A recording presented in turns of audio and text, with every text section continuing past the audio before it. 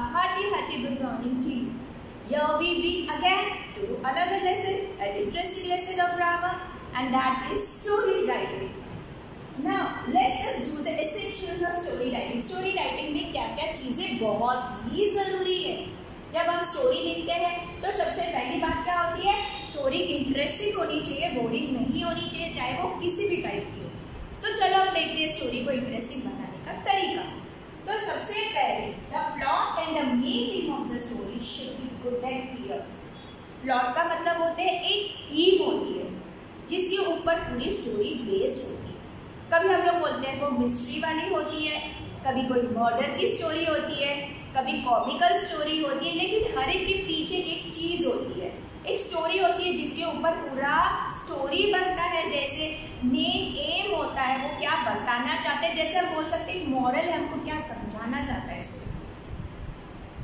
The various important events must be related and generally follow a chronicle order और sequence of events.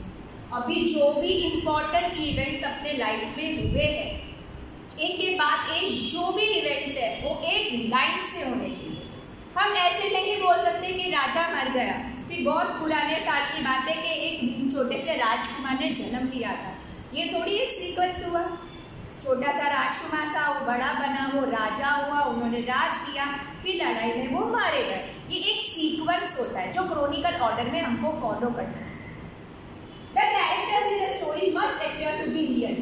अब जो भी character है वो रियल होना चाहिए, उनका जो रोल होता है वो सच्चा होना चाहिए, वो कुछ आर्टिफिशियल नहीं होना चाहिए. Sometimes they may be absolutely imaginary like aliens, elves, fairies and so. कभी ये परी कथा भी होती है, छोटे छोटे elves होते हैं, फेरी परियां होती है, जादूगर होते हैं. The settings of the story should be clearly indicated and the characters should be described well. अभी कैरेक्टर को बहुत अच्छे से बताना है, ठीक है, कैरेक्टर बहुत ही अच्छे में भी दिखाना चाहिए और स्टोरी की सेटिंग एक लाइन से बढ़िया होनी चाहिए. बिल्कुल टेढ़ा मेढ़ा नहीं, एकदम सीक्वेंस से जाएगा और वो रीडर के लिए इंटरेस्टिंग होनी चाहिए. You may add interesting details to the plot with imagination and make it enjoyable. अभी तुम्हारा दिमाग लगाना है, थोड़ा इमेजिन करना है. स्टोरी का मतलब क्या होता है, जरूरी नहीं है वो रिलेटेड टू फैक्ट्स है, उसके अंदर उसको इंटरेस्टिंग बनाना है.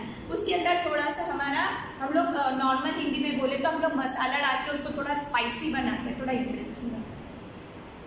Sometimes realistic incidents of behaviour of the characters help unfold the story of the reader. अभी कभी कभी हम सच्चाई पे भी स्टोरी बनाते हैं और वो सच्चाई स्टोरी में से उभर के आती है, हम कैसे लिखते हैं उसके ऊपर. A cloud of mystery. Cloud of mystery का मतलब है एक सस्पेंस हम लोग क्रिएट करते हैं, एंड तक क्लाइमेक्स के लिए हम लोग वेट करते हैं, एक मिस्ट्री बना के रखते हैं. अब क्या होगा, अब क्या होगा. Always help with holding the readers interest. हमेशा रीडर का इंटरेस्ट होल्ड करते हैं. The expression of the writer should be good. अभी इसमें सबसे इम्पोर्टेंट बात है, जो स्टोरी लिख रहा है हम लोग तब भी पढ़ेंगे जब हमको मजे आएंगे. अगर एकदम बोरिंग डल होगा तो कोई पढ़ना ही नहीं चाहेगा उसको. Stories can be written with the help of given outlines. अभी जब भी आपको दी जाती है स्टोरी तो उसकी आउटलाइन दी जाती है, तो आपको पता चलता है कि उसको अपने वे में थोड़ा इमेजिनेशन डाल के कैसे फ्रेम करना है. जरूरी नहीं है कि सबकी स्टोरी एक जैसी हो, सब अपने अपनी इमेजिनेशन वो पॉइंट्स को यूज करके बना सकते हैं. May be based on a moral. उसके पीछे एक मॉरल भी होता है कि वो स्टोरी क्या बताना चाहते हैं. और with the help of opening line, जैसे जब शुरुआत में शुरू की जाती है एकदम बढ़िया वे में, उससे भी बहुत अच्छा एक्सप्रेशन होता है.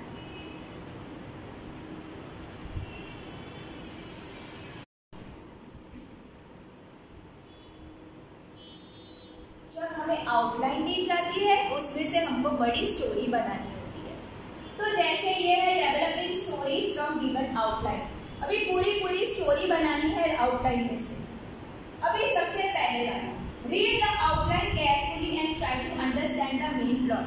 सबसे पहले तो हमको जो पॉइंट्स दिए हैं उनको बहुत ध्यान से देखना है और वो क्या करना चाहता है, उससे क्या एक्सपेक्टेशन रखता है, पूरा प्लॉट हम लोग कैसे बनाएंगे बेस्ड ऑन द हिंट्स, उसका खूब ध्यान रखना है. Second, use all the points and follow the order of the events given in the outline. वापस से हमको वो ऑर्डर नहीं छोड़ना है. वो जो पॉइंट जिस वे में दिए हुए, जैसे point number 1, second, third, fourth, उस हिसाब से ही हमको जाना है. आगे पीछे पॉइंट्स हो जाएगा तो स्टोरी का मीनिंग भी चेंज हो जाएगा. Thirdly, all the points should be linked and should revolve around the main plot of the story. सारे पॉइंट्स एक दूसरे के साथ में कनेक्टेड होने चाहिए और एक पूरी बढ़िया स्टोरी बननी चाहिए. Fourth point, the story should be written in simple English. यानी ज़्यादा हाई फाई इंग्लिश में रहेगा तो वो सबके समझ के बाहर आएगा. इसके लिए सिंपल इंग्लिश होना बहुत ही ज़रूरी है. In the past tense can may contain dialogue also. और कैसे होना चाहिए? पास्ट टेंस में हम लोग डायलॉग्स भी यूज करते हैं. And lastly, a proverb or an idiom may be used as the title of the story. हम लोग एक proverb यूज कर सकते हैं. जैसे example, a stitch in time saves 9. ऐसे सारे जो proverbs होते हैं, make hay while the sun shine, ये सारे proverbs है. तो proverbs भी यूज कर सकते हैं. टाइटल के हिसाब से idioms भी यूज किया जाता है. So all these things have to be kept in the mind when you are just reading a story.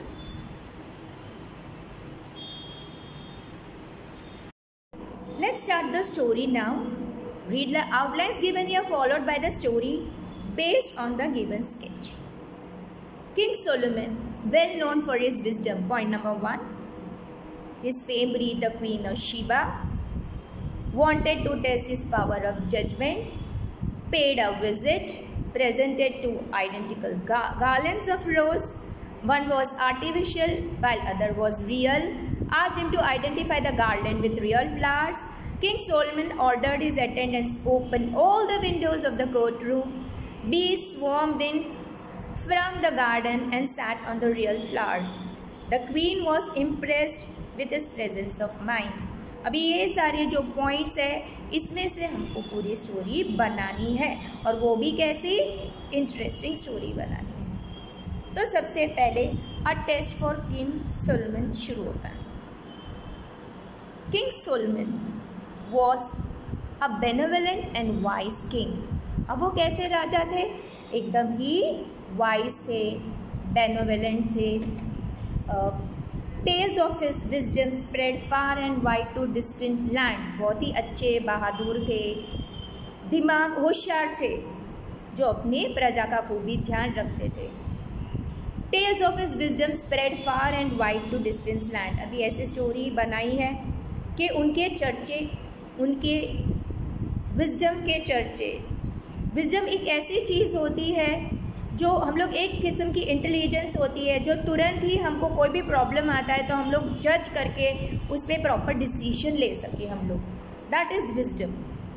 It is not borrowed. Wisdom हम लोग बोरो नहीं कर सकते. Wisdom is something that is inborn in us. कौन से time पे right decision लेना है और क्या सही गलत है उसका निर्णय करना. तो दूर दूर तक उनके चर्चे फैले हुए थे. When the Queen of Sheba heard about this, she wanted to test his power of judgment. अभी एक रानी थी, वो रानी थी, उनको टेस्ट करना था कि क्या ये सही भी इतने होशियार है. She paid a visit to King Solomon's palace. अभी वो जाती है और राजकुमार के महल में जाती है. She said, "Hail King Solomon." उनको रिस्पेक्ट देती है. I bring greetings from the people of my kingdom. मेरे किंगडम के लोग भी आपका स्वागत करते हैं. Here I present before you two garlands. मैं आपके सामने दो हार पेश कर रही हूँ. Both the garlands were identical, but one was real while the other was made of artificial rose. अभी दो गार्लैंड थे. दो गार्लैंड में से एक नकली था और एक असली फूलों वाला था. She requested him to identify the garland made with real roses. अभी इसमें से उन पे ये शर्त थी कि उनको ये जानना है कि सच्चे हार कौन सा वाला है, गुलाबों वाला.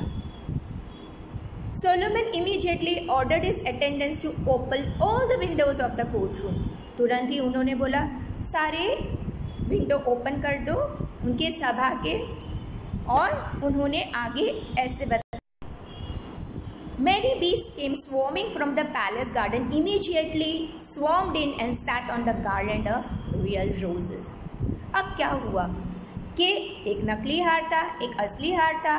तो जो बीस थे वो कहाँ जाके बैठ गए? सच्चे रोज के ऊपर। The queen was greatly impressed and praise the king for his presence of mind and good judgement. तुरंत ही किंग ने डिसाइड किया था कि ये हार को कैसे पहचाना जाए। उन्होंने किसी की सलाह भी नहीं ली थी, वो एकदम ही होशियार राजा थे, इससे पता चल जाता है। तो ये जो गिवन पॉइंट्स थी उसमें से बढ़िया सी स्टोरी बन गई। चलो अब हम दूसरे आउटलाइन में से एक स्टोरी डिस्कस करते हैं। ये तो आपने बचपन से की हुई है, वही वाली सिंपल सी स्टोरी है। A man had a goose with lay a golden egg every day. एक आदमी था जो एक गूज लाया था और गूज हमेशा गोल्डन एग देता था। वो एक पॉइंट है। The man collected 14 eggs in a fortnight. हर रोज का एक फोर्टनाइट यानी 14 डेज है, 2 हफ्ते। एक हफ्ते में 7 दिन होते हैं तो फोर्टनाइट में हो जाएगी 14। तो हर एक वो दिन एक एक अंडा देता था। बिकेम इम्पेशेंट, अब उसको लालच आ गई, एकदम से पैसे वाला बनना चाहता था। Greed overtook his thoughts, अभी उसके विचार में पाप आ गया, ग्रीड लालच आ गई।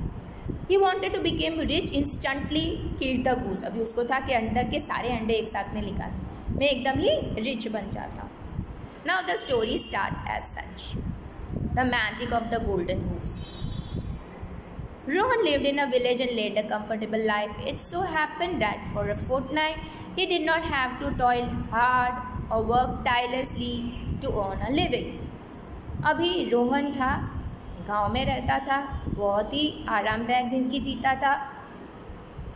14 डेज से बिल्कुल मेहनत नहीं करता था, ज़रा भी मेहनत उसको नहीं करनी पड़ती थी उसको अपना गुजारा करने के लिए।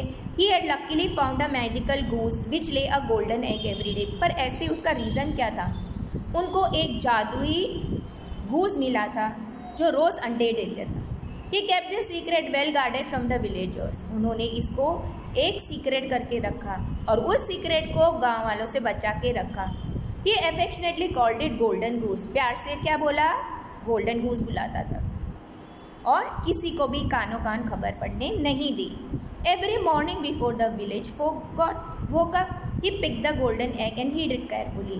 अब वो तो नॉर्मली दिखा रहा था गूस, तो जैसे ही अंडा रखता था चुपके से रख देता था। Within a fortnight he had collected 14 eggs। एक साथ में उसने 14 अंडे कलेक्ट कर लिए थे। The golden goose was looked after well and guarded by him all through the day। अभी वो ध्यान रखता था कि वो गोल्डन गूस उसके हाथ से चला ना जाए, उसका खूब ध्यान रखता था, बहुत ही बढ़िया वे में रखता था। One day he was struck with an idea। एक दिन उसको अचानक से आइडिया आती है। उसने खुद से बात की। He said to himself, this goose lays only 1 egg a day। मतलब ये गूस तो सिर्फ एक ही अंडा देता है रोज। If I kill it, I can collect many eggs in one single day। अब मैं अगर इसको मार डालूंगा तो एक ही दिन में उसके पेट में से मुझे खूब सारे अंडे मिलेंगे। He wanted to become rich very instantly। उसको राह नहीं देखी गई, शॉर्टकट चाहिए था, बहुत जल्दी उसको पैसे वाला बनना था। Greed overtook his thoughts and he had lost his power to think rationally। यानी अच्छे ढंग से सोच उसकी चली गई थी क्योंकि लालच ने उसको उसके दिमाग को घेर लिया था। He killed the goose only to discover that there was no more eggs to be collected। अब वो गूस को मार डालता है तो गूस के अंदर से तो कोई अंडा मिलता भी नहीं है और वो जो रोज़ देता था वो भी नहीं दे पाएगा क्योंकि वो गूस मर चुका है। He realized his mistake but it was too late to regret। अभी वो रिग्रेट करे तो भी कैसा, बहुत ही देर हो चुकी थी। अब हम थर्ड स्टोरी की तरफ बढ़ते हैं। Perseverance is the key to success।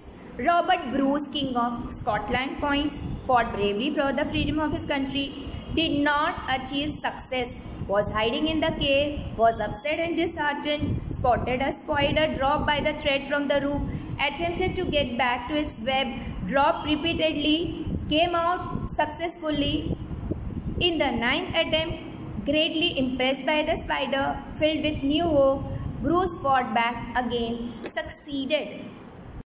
Perseverance is the key to success। Robert Bruce, King of Scotland, fought bravely for the freedom of his country, did not achieve success, was hiding in a cave, was upset and disheartened, spotted a spider drop by its thread from the roof, attempted to get back to its web, dropped repeatedly, came out successful in the 9th attempt, Greatly inspired by the spider, filled with new hope, Bruce fought back again and succeeded. Now let's go to the story with the points how the story is framed. Long ago, Scotland was not a free country and Robert Bruce, the former king, was ousted for his own kingdom by his enemies. अभी बहुत साल पहले की बात है, Scotland free country नहीं थी और रॉबर्ट ब्रूस जो था उनका पहले वाला राजा था, वो दुश्मनों ने उनको बाहर निकाल दिया था उनके कंट्री से. He fought bravely to win back the freedom of his country, but to no avail. उन्होंने बहुत कोशिश की लड़ने की, लेकिन वो अपनी कंट्री के लिए फ्रीडम लेकर नहीं आ सकते थे. He was deeply upset and disheartened by his own failure. वो बहुत ही अपसेट थे और दुखी हो गए थे उनके ओन फेलियर से. He was hiding in a cave, feeling miserable.